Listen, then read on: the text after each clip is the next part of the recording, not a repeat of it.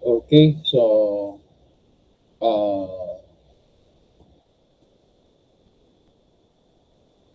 yung kahulugan ng kasaysayan, ito yung ating pinag-uusapan. Yung description meaning.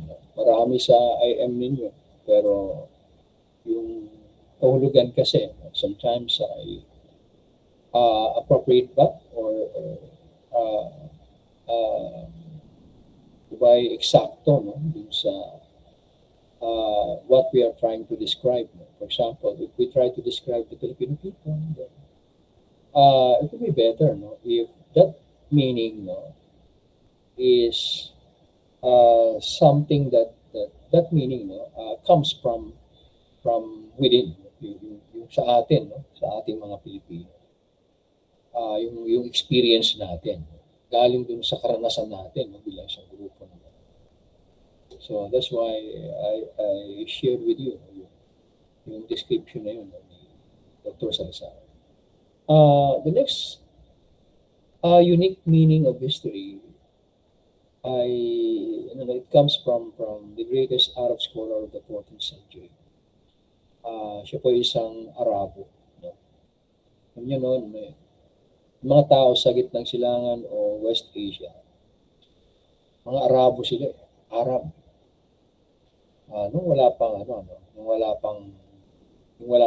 wala pang Islam, Arab. Okay. Dumating ng Islam no, sa gitnang silangan o West Asia, yun nagkaroon ng iba ay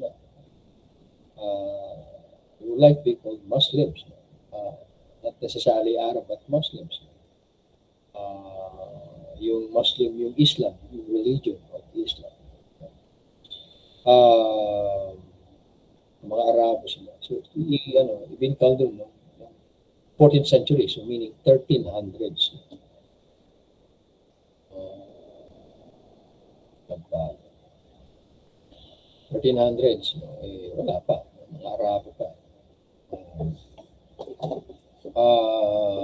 Unti-unti nang pumapasok yung reliyong Islam sa region.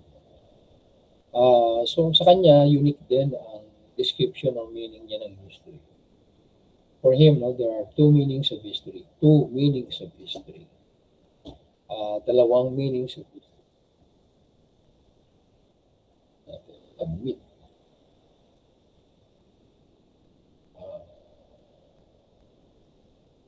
Legazpi. Si Miguel Lopez. Okay.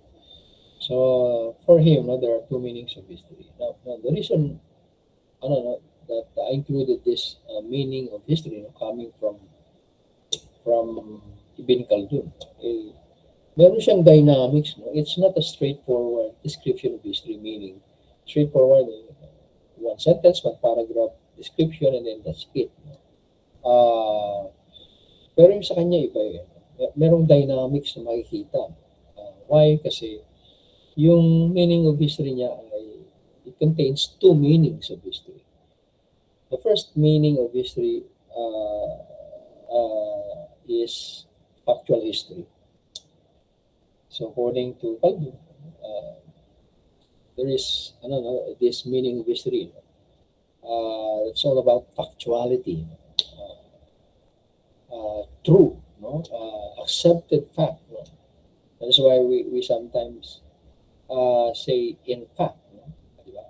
Fact, we say sa katunayan. No? So may katunayan, totoo. No? So ito yung ito yung factual history. Pangalawa po ay yung speculative history. Speculative history from the word speculate or speculation. So, yung isa factual, may katunayan. Yung speculative ay may katunayan, pero meron pang gustong malaman tungkol dun sa information. So yung factual history, information, accepted fact, no? Most people agree that's factual history. But in speculative history, no, we don't just receive that information. we also ask questions, regarding that particular piece of information. We still have to, we still want to find out, ano, no, other things, regarding that piece of information. So, I don't know, we don't stop, at receiving a particular information, but we also ask questions, okay, regarding that information. So, yun po yung kaibahan ng dalawa, factual history, speculative history. So, sige, puntahan natin yung, yan. Sabi niya, sorry, ito, yan. Nakikita ba, class? Nakashare ba? Yan, nakashare naman. Okay. So, sabi dyan,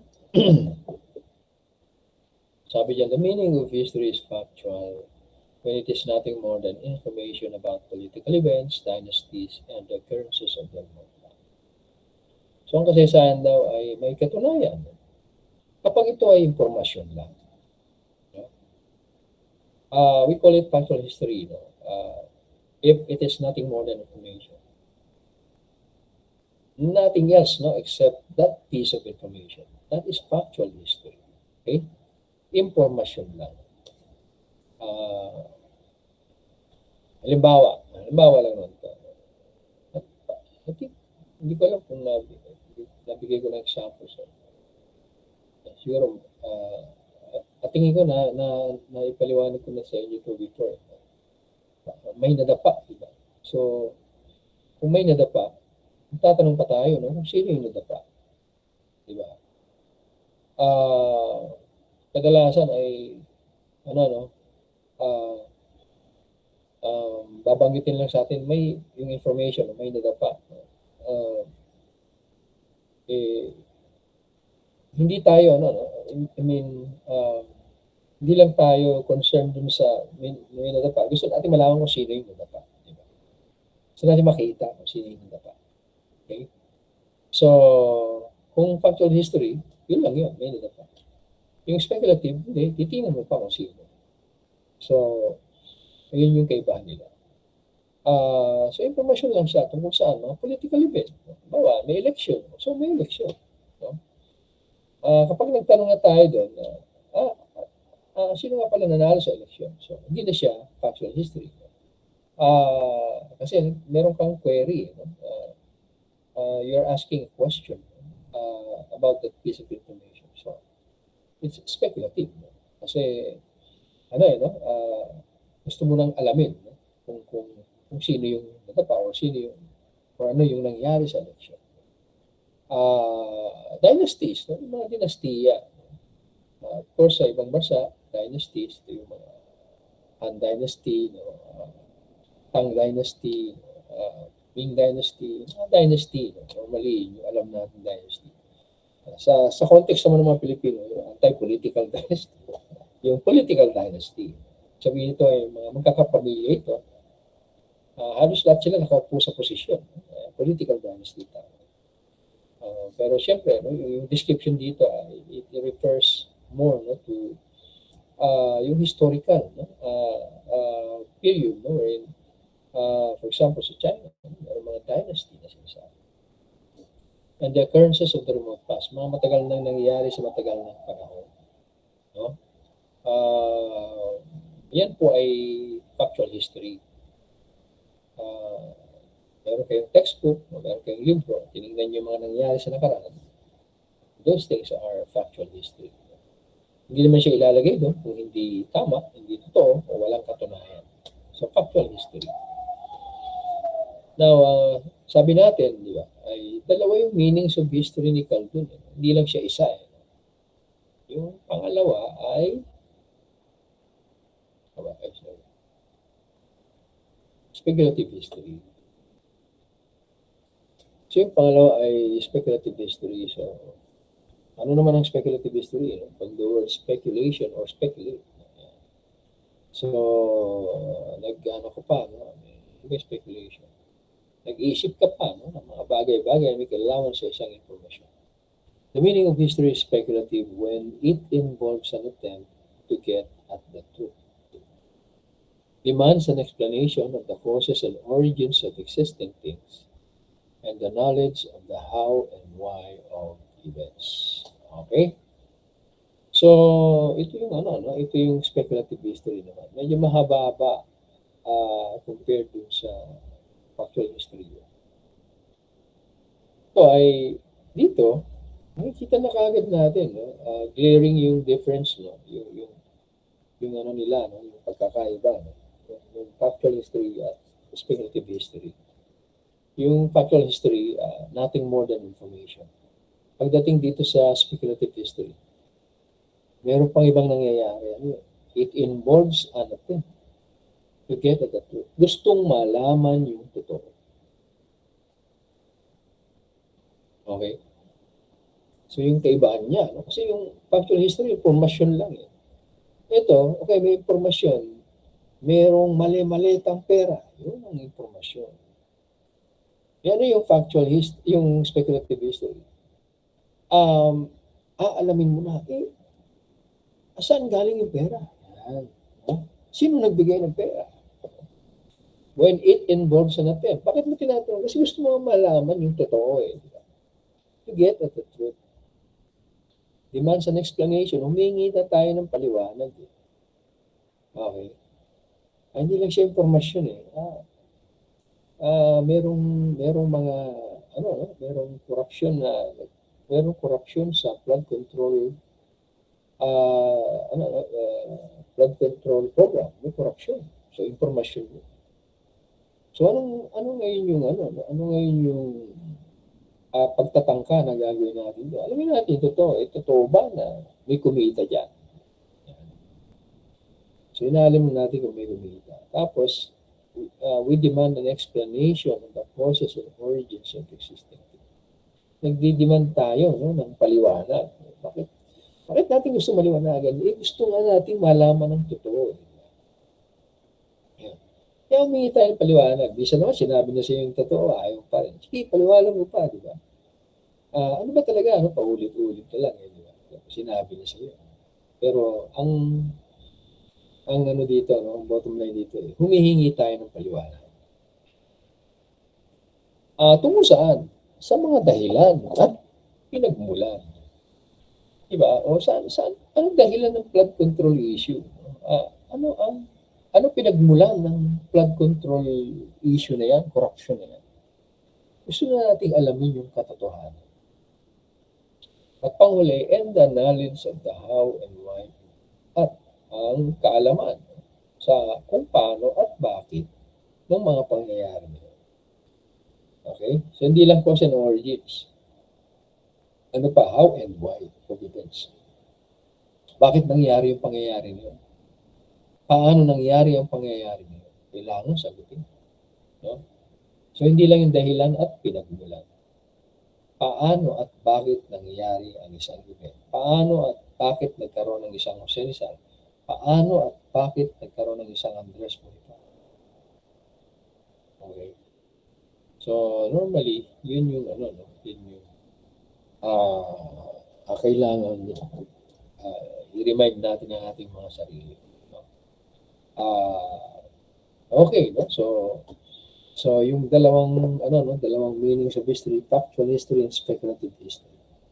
So pinaliwanag natin kaibahan nila. Ngayon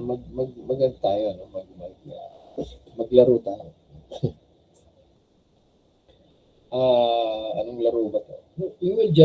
I will give you an example. Information. And then you will just have to tell me whether this statement is whether this statement is true or not true. Whether this statement is factual or speculative. Yeah. So ganun ang magiging sagot niya, either factual or speculative. Bibigyan ko kayo ng example. Okay? Para malaman natin kung naintindihan niyo yung factual history and speculative history. Para malaman natin kung naintindihan natin kahulugan. Factual and speculative history. Makinig mabuti ha. Ito na yung statement. Bago ko ibigay yung example. Pamilyar kayo kay Legazpi, hindi yung classmate niyo. Ano na yung Legazpi? May Legazpi kanina eh. Diba? Pamilyar kayo kay Legazpi sa kasaysayan natin. Yung iba naguhulugan. Sino ba sinasabi ni Sir Legazpi?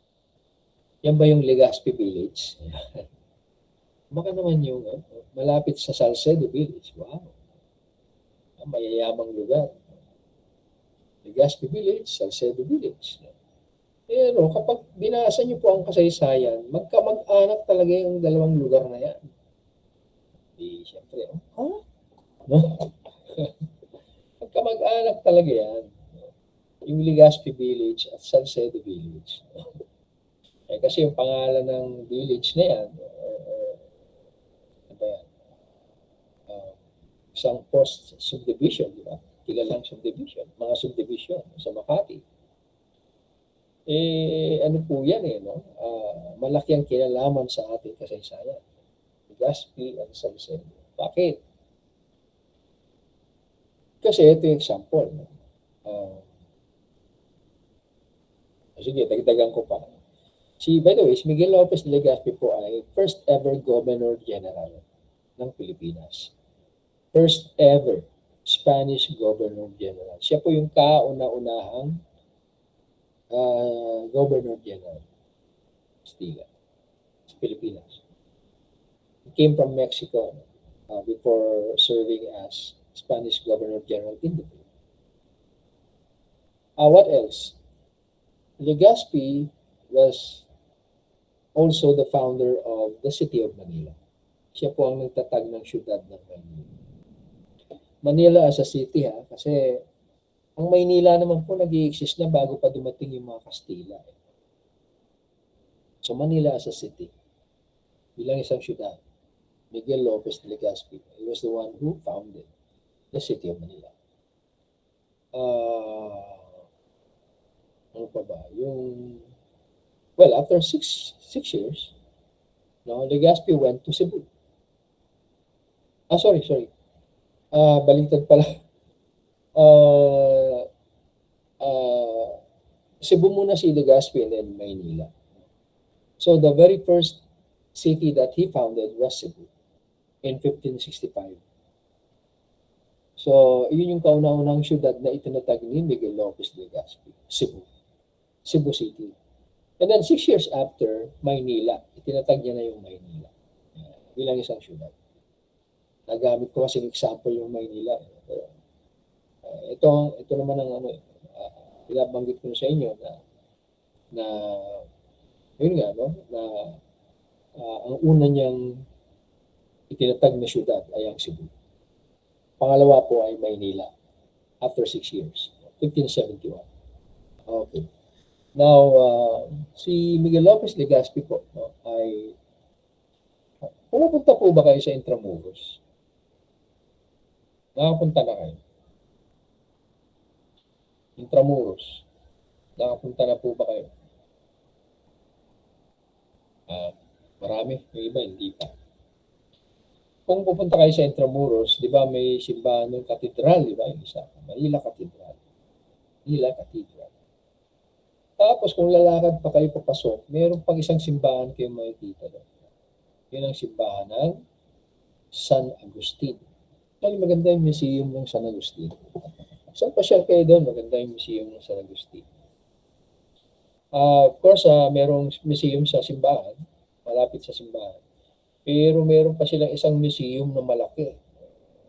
San Agustin Museum, mas malaki ito.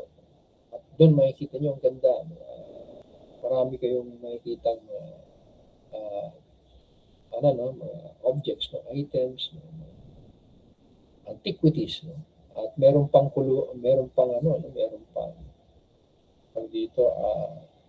merong crypt sa loob. Doon yung makikita kung saan nakalibing si Juan Luna. Doon sa loob. Meron siyang nailibing. Kasi may ibang kilalang tao pa. Merong portion kung saan yung libing. And then, sa loob naman ng simbahan ng San Agustin, doon yung makikita ang pinaglibingan no, kay Miguel Lopez de Legazpi. So, in honor of Legazpi, he was buried no, inside the Church of San Agustin, the founder of Manila, no, in 1571. Yung Cebu, 1565. So, mas matanda po yung Cebu kaysa sa Maynila. Okay? Ayun. So, kilala nyo na si Miguel Lopez de Legazpi. Hindi yung classmate. Makakamag-anak niya. Long lost relative. Malayong kamag-anak. So, ito yung example. No? Sabihin nyo lang, no, kung factual history sa speculative history, i-type nyo lang dito sa chat natin. Ready na yun? Handa na ba?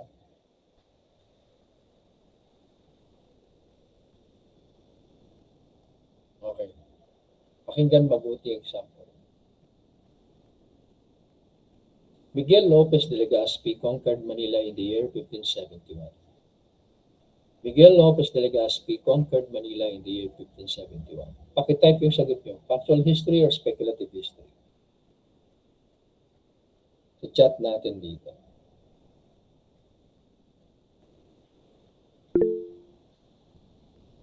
Factual. Speculative. Factual. Factual. Factual. Factual. Panay factual yata. Sige. Sige pa. Factual. Ba, panay factual.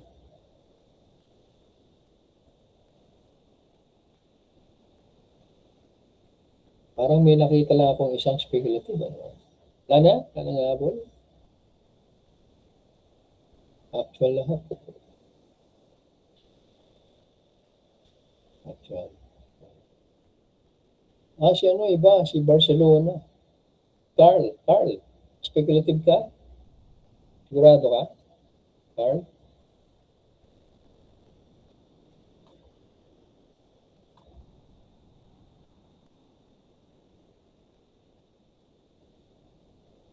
Saan si Carl?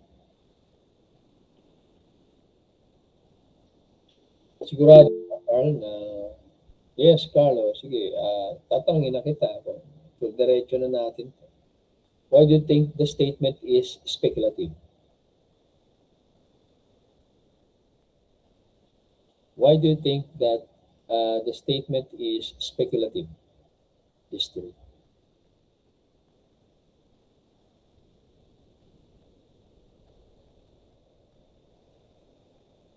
Carl, Hello po, sir. Nick po ba ako, sir? yan, okay na yung audio. So, bakit sa tingin mo speculative history? Ang naiisip ko lang po na case ko po kung bakit speculative dahil po sa date po. Date. May date. Ano yung date? Yung sa fact po na 1521. I mean po, 1571. kapag halimbawa kapag sinabi na kapag halimbawa sinabing Kapag February, merong date or year, no, dun sa information, ngayon ko factual, lang din speculative. ngayon ko lang din po naisip na year pala yung sinabi. Year. Hindi siya, Nasa kahit isip lang ko date, kanina pero more on year siya, 1571. Nalilito tayo dyan kasi 1521 man, si Magellan yun. Diba? Dumating si Magellan dito sa Pilipinas, 1521. Si Legazpi naman, he founded Manila, 1571. So, factual or speculative, Carlo? Factual po. Nagbago ka na. Nagbago si Carlo. Imagine, madali naman magbago si Carlo. Okay. So, karamihan dito ay factual.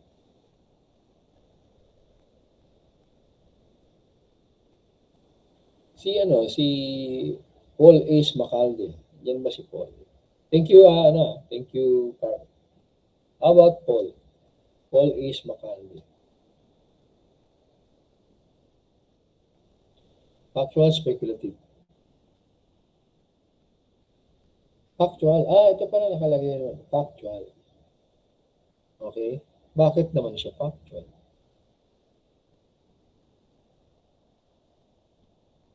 Parang yung piba ay pasito. Yeah. Sino ang gusto magsalita sa mga nagsabi na factual history? Who wants to be the spokesperson? Yes, Marcus. Hello po, sir. Rinig po ako po. Ayan, Marcus. Joaquin pala. Akala ko. Rinig po ako po, sir. Yes. Yung nabanggit po na din, I believe tama naman po. Kaya nagsabi po ako na factual siya. Yun lang po yung basis ko po. Okay. So, naniniwala ka na Apo. totoo yan. Si Miguel Lopez Legazpi sumakop sa Maynila noong 1570. Nag-Google ba kayo? Ginoogle nyo ba sige, ito, si Francen. Francen, Sir, hello what do you have po. to say about, Dinig po. yes, about this, factual or speculative, and then why? For me po, sir, factual siya kasi yung information na yan, sir, is nasa mga libro na din and naturo na din naman po yan sa amin before and paulit-ulit lang po. So, that means po na factual siya and parang kahit sino naman po na parang professor namin before or even yung mga historians is wala naman po silang any objections na hindi yung totoo. So, that's why I answered factual. Pasensya na po, parang tapang yung sagot ni Francen. Namumula siya. Bagay, red nga naman yung apelido.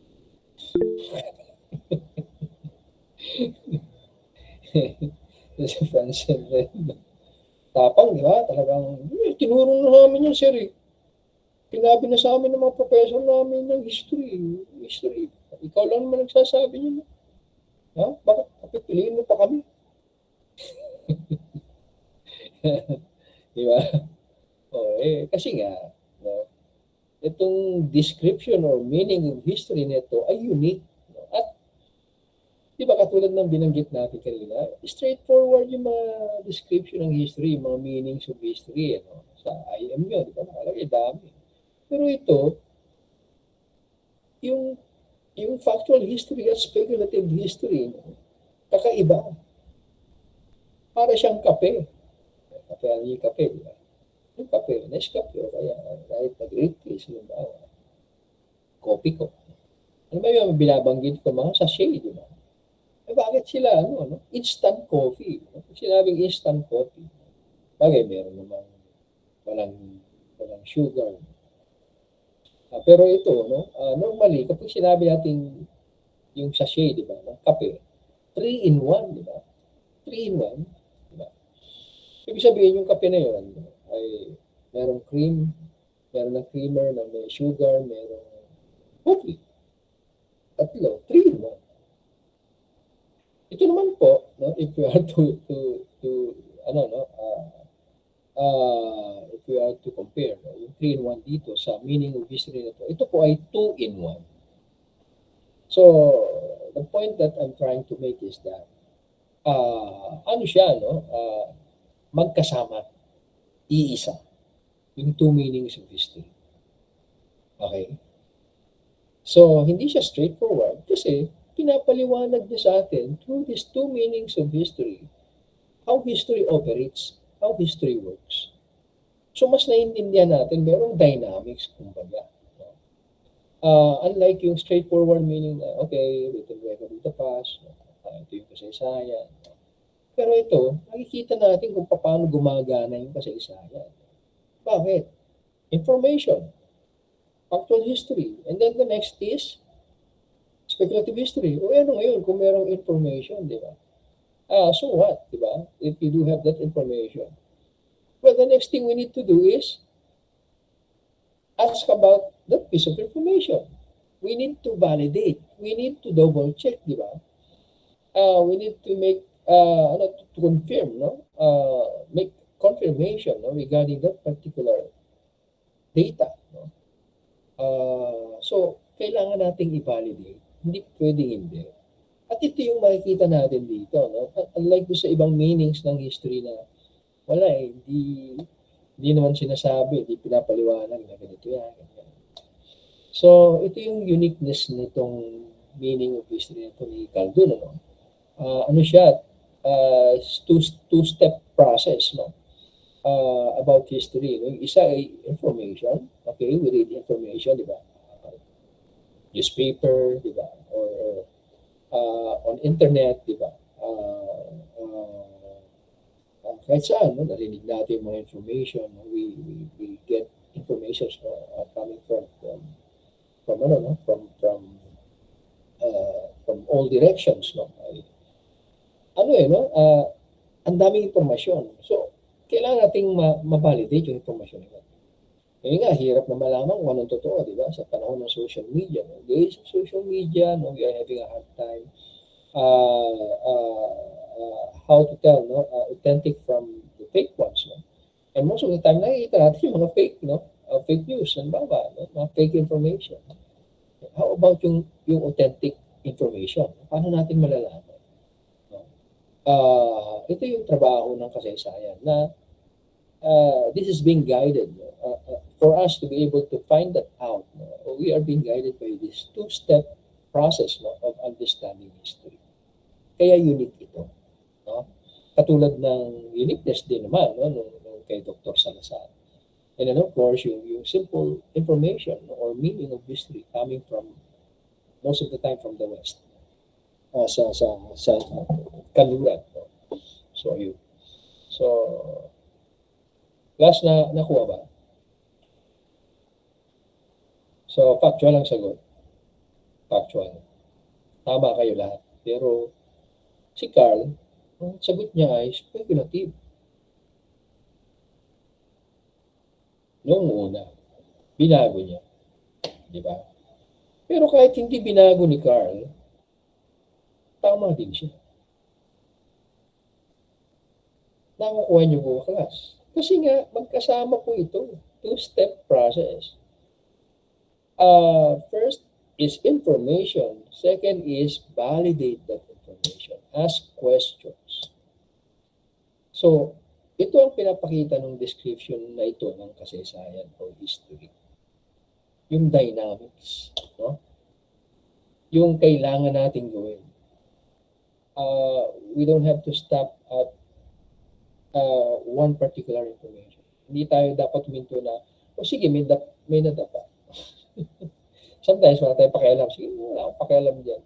Pero karamihan, tinatanong, sino ang nadapa? Diba? So that's speculative history. And nabubuo, kumbaga. Nabubuo yung informasyon. Yung informasyon, then alam mo na kung sino. Alam mo na kung bakit yun ang informasyon. Alam mo na kung bakit totoo ang informasyon. Okay? Okay. So, pero ito, bakit ko ito binibigay na example? Kasi merong few informations. Baka meron pang several informations regarding history or historical events or figures. Merong mga bagay-bagay about them, about historical figures, about historical events. Merong mga bagay-bagay na malilito tayo. Bakit? Halimbawa, katulad nitong example na binigay ko sa inyo. No? Kapag binasa niyo po ang kasaysayan na yan, kung saan Miguel Lopez de Legazpi conquered Manila in the year 1571, merong mga bagay-bagay na hindi nababanggit kadalasan. Okay? Merong mga sorry yan. Sa school. Okay.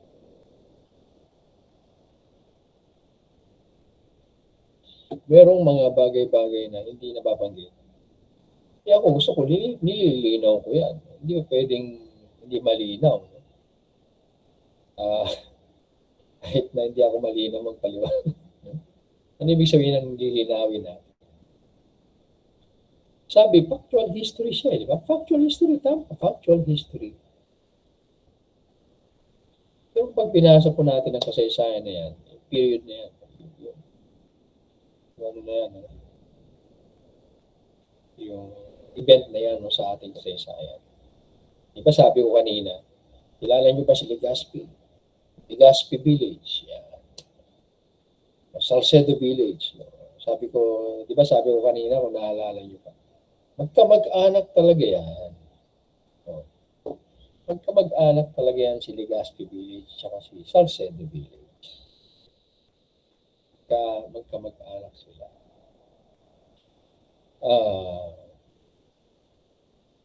Sabi natin factual, accepted fact, totoo. No? Sabihin ay we cannot but agree. No?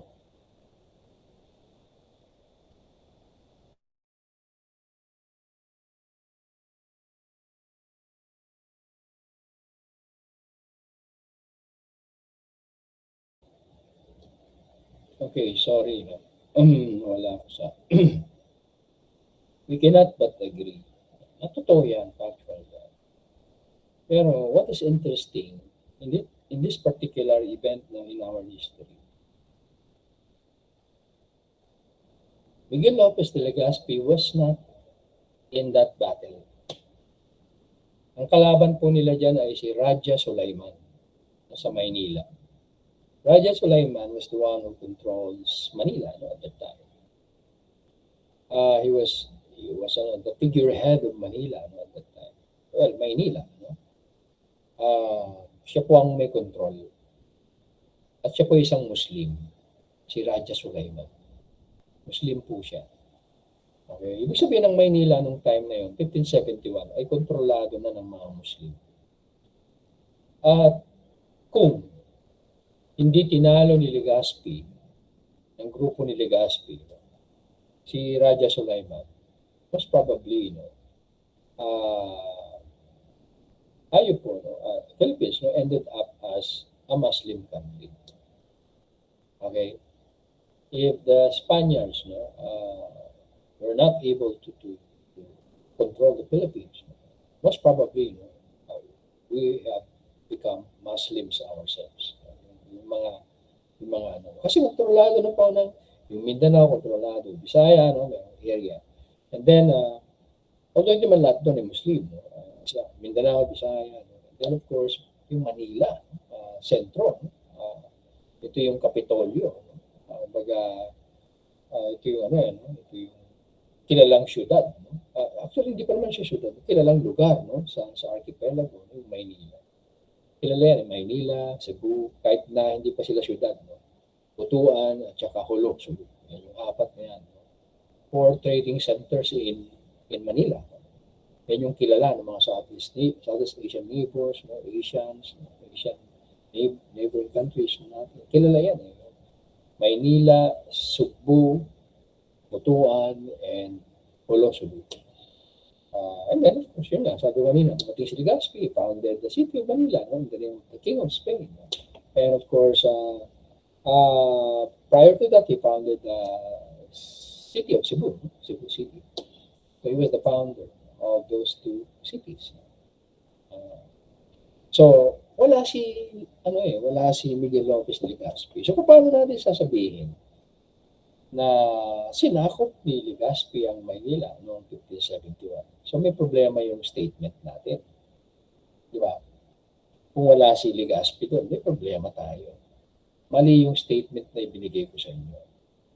But the question is, mali ba talaga? Do you think the statement is really false or erroneous? Hindi rin. Bakit? Kasi po, yung sa labanan, wala naman talaga si Legazpi, labanan sa Maynila against Raja Sulaiman. Ang nandun po ay yung kanyang military aide, si Miguel de Goiti. Okay? Plus, meron pang isa, yung apo ni Legazpi. Sino yung apo? Si Juan de Salcedo. Very young, a soldier at that time. So kaya sabi ko, magkamag-anak yan si Legazpi at si Salcedo. Okay? Sa Makati, di ba? Nakikita yung mga village niya. So yun, no? So class, wala talaga si Legazpi. Ang nandun po ay si Miguel de Goiti at Juan de Salcedo. Eh bakit factual yung statement, sir? No? Factual pa rin siya. Why? Because the credit still goes to Miguel Lopez de Legazpi. Kanya pa rin yung credit. Eh bakit nga, sir? Kanya yung credit. Because he was the leader of the, Spaniards, no? He was the one who was giving orders, no, to his men, no, including Miguel de Goiti and Juan de Salcedo. So siya po yung leader, no? Siya yung nag-uutos, no. Therefore, no, yung credit ay kay Miguel Lopez de Legazpi pa rin. So factual pa rin siya. Okay, kasi baka mamaya may encounter. Kaya sabi niya siya, diba factual, pero wala pa lang si Legazpi dito. So ngayon alam niyo na, di ba? At hindi lang yan, no? Meron pang ibang mga pangyayari sa kasaysayan natin. Mga ganyan, no? Mga bagay-bagay. At least ngayon, meron na kayong idea, no? Na kapag na-encounter niyo, teka mo na, ba't ganito sinasabi rito sa article na to, samantalang hindi naman ganyan. So titingnan niyo ngayon, di ba? Kasi nga, para malaman natin, no, kung totoo ba o hindi. We are after the truth. Diba sabi, attempt to get at the truth demands an explanation of the process and origins of existing things and the knowledge of the how and why of events. So ito po yung this is the thing we are after. Truth, yung katotohanan. No? Ayan. Meron pa tayong 15 minutes, sabi. At tumunog yan. So, class, maliwanag na po ba sa inyo? Okay, yan. Okay, well, so we will proceed, no, to the next slide. Ito naman, no, yung susunod na slide. Meron pa tayong ilang slide. 1, 2, 3, 4, 5, 6. Meron pa tayong 6 na slides, no, from this slide that you see on your screen. Sabi rito, history is not just a record of the doings of big men, of kings and emperors. Real history should deal not with a few individuals, but with the people who make up a nation, who work and produce the necessaries and luxuries of life, and in 1,000 different ways act and react on each other. So ang kasaysayan daw po ay hindi lang tungkol sa mga kilalang tao. May mabasa nyo, big men. Taga-PBA yan, taga-NBA, big men. Of kings, mga hari. And emperors, mga emperador. Hindi yung, alak mo na emperador. History is not just a record of the doings of big men, of kings, and emperors. So ang kasaysayan daw, hindi lang tala, no? Ng mga bagay-bagay na may kilalaman sa mga kilalang tao. Sabi dito, real history should deal. Dapat daw ang tunay na kasaysayan ay may kinalaman. Saan? Not with the few individuals, but with the people who make up a nation. So dapat daw ang tunay na kasaysayan ay may kinalaman hindi sa kakaunti lang ng mga mamamayan o nilalang. Instead, no, ito daw dapat ay may kinalaman sa mga tao na bumubuo sa isang bansa, with the people who make up a nation, who work and produce the necessaries and luxuries of life. Yung mga nagtatrabaho, no, at lumilikha, no, ng mga bagay-bagay na pangangailangan, no, at luho sa buhay. And in 1,000 different ways, sa maraming kaparaanan, act and react on each other. No? So, interaction, no, between two groups of people or among communities. No? Ito yung binabanggit. So, medyo mahaba siya, pero actually, lang yan maikli lang ang gustong ipahayag sa atin.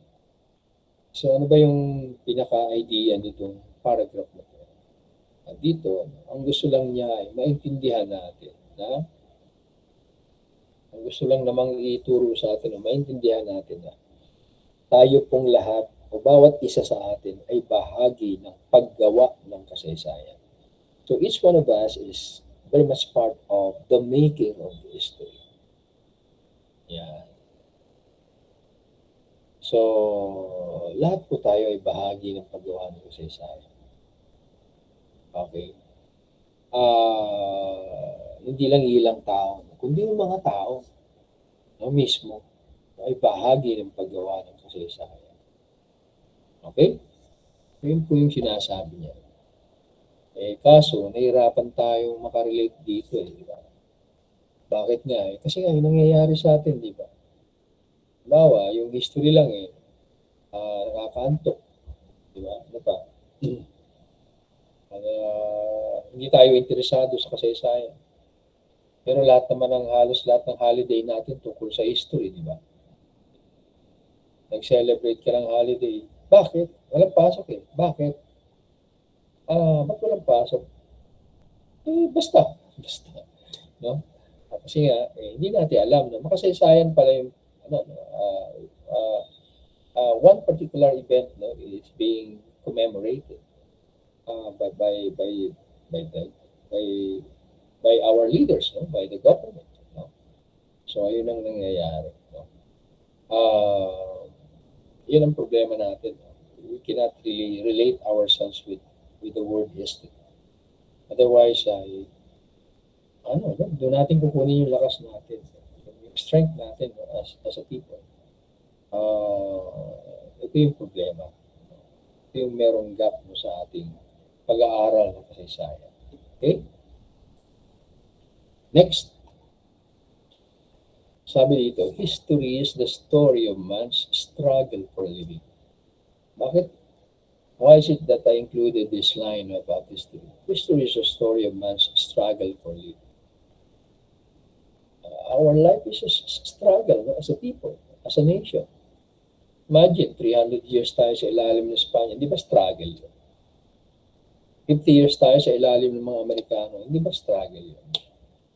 3 years tayo sa ilalim ng Hapon during the Second World War, hindi ba struggle yun? So, merong tayong project para sa flood control problem, pero hindi naman natapos yung ibang project, may kumita pa. Hindi ba struggle sa atin yun? Mga ordinaryong Pilipino. So, yung struggle, as if this is normal for us to experience.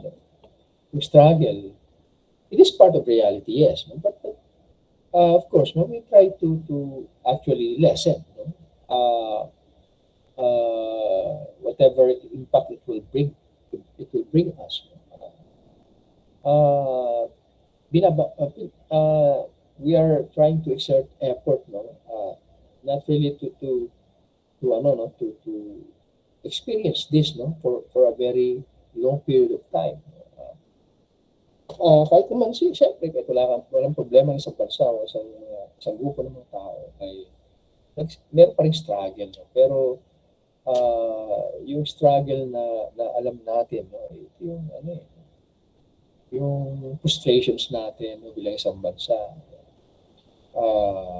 We could have been at the top. I mean, there was a point in time in our history that the Philippines was next to Japan. Parang nakapanghinayang, nakapag-frustrate siya.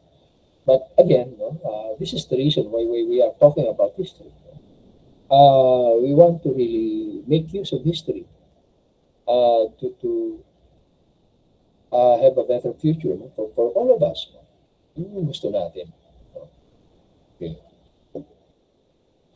History differs from a mere story in that it is based on some definite record, account, or source of information.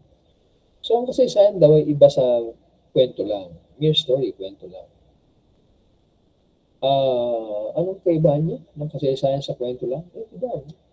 History is based on some definite record. May tiyak na tala. Yung mere story, hindi naman po yan, hindi siya, it's not important to write about a mere story. Ano yan, ang maliit na bagay lang, mere story. Yung kasaysayan, hindi, malaking bagay ang kasaysayan. So, kung malaking bagay yung kasaysayan, paano natin makikita yung katotohanan niya as compared sa mere story? Aba, pag sinabing history, may record yan. May account yan sa laysay. Or may pinanggalingan. May source yan. Hindi pwedeng wala. Diba sa mga later on sa thesis nyo, lalagay mo yung sources mo, diba? Yung references. Okay, so again, history differs from a mere story in that it is based on some definite record, account, or source of information. Okay? Yung storya lang, kahit sino pwede gumawa niyan. Storya lang. Kung kasaysayan, hindi. Kaya, there's a semblance of intention if we are to compare history from mere history. Yung kasaysayan ay may tala. Yung storya ay storya lang talaga. Parang katuwaan lang. Kaya meron kang ganung storya. At yung storya lang, wala namang record yan, wala namang account or source. Ayun, yung kaiba ng history sa mere story. Kismis lang or kwentuhan lang. Sabi dito, history is an attempt to discover the significant things that happened and why they happened, what caused them and what they caused them. So dito ay pinapakita sa atin na may pagtatangka. No? There is an attempt to discover the significant things that happened. So ito yung pagtatangka. No? Kailangan nating alamin yung mahalagang bagay. No? Bakit siya nangyari? Ano ang naging dahilan? At ano ang pwedeng maging epekto nito? No? At maging dahilan ng dahilan. No? So, ibig sabihin ay, nagtatanong tayo palagi, bakit nangyari? Ano naging dahilan nito? At ano yung magiging dahilan ng isa pang dahilan? Parang ganun. So, ayan. History is an attempt to discover the significant things that happened, why they happened, what caused them, and what they caused them. Okay. Now, meron tayong information. Or meron tayong mga topic sa IM ninyo. Marami tayong topic sa IM. Yung time check tayo.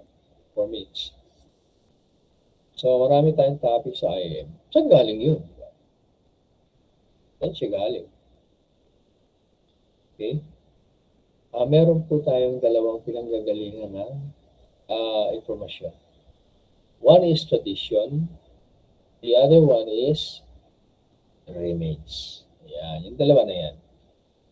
Okay? Tradition. Sources that bear some evidence of a conscious intent to impart information. So ito po yung description ng tradition. And most of the topics that we have in our IM ay coming from tradition. Yun ang source natin. Meron po ba sa remains? Wala. Okay? Sa tradition po, merong intensyon na magbahagi ng kaalaman. Yun po doon natin makikita yung category ng tradition. May intensyon na magbahagi ng kaalaman. Tradition. Okay? Yung remains, walang intensyon na magbahagi ng kaalaman. Nothing. Okay? Walang intensyon. Wala naman nakalagay, di ba? Kung binasa natin yan, wala. Okay. So, ang remains naman is described as things that have come down to us as mere relics or survivals of past condition. So, ito ay nararatnan natin, pinapamana sa atin. Ito ang kaibahan niya sa tradition. Yung tradition malawak, ito ay part ng kultura natin, ng wika, ng pananamit, at ng iba-iba pang mga bagay na may kinalaman sa kultura, tradition at kasaysayan. Yung remains naman, naratnan lang natin, pinamana lang sa atin. Okay? So kadalasan, ang pinag-usapan natin, tradition. As a remains, dalawa lang po ang makikita dyan. Sa remains, dalawa lang po ang makikita. Na pwedeng manggaling. No? Number one is fossils. Ano yung fossils?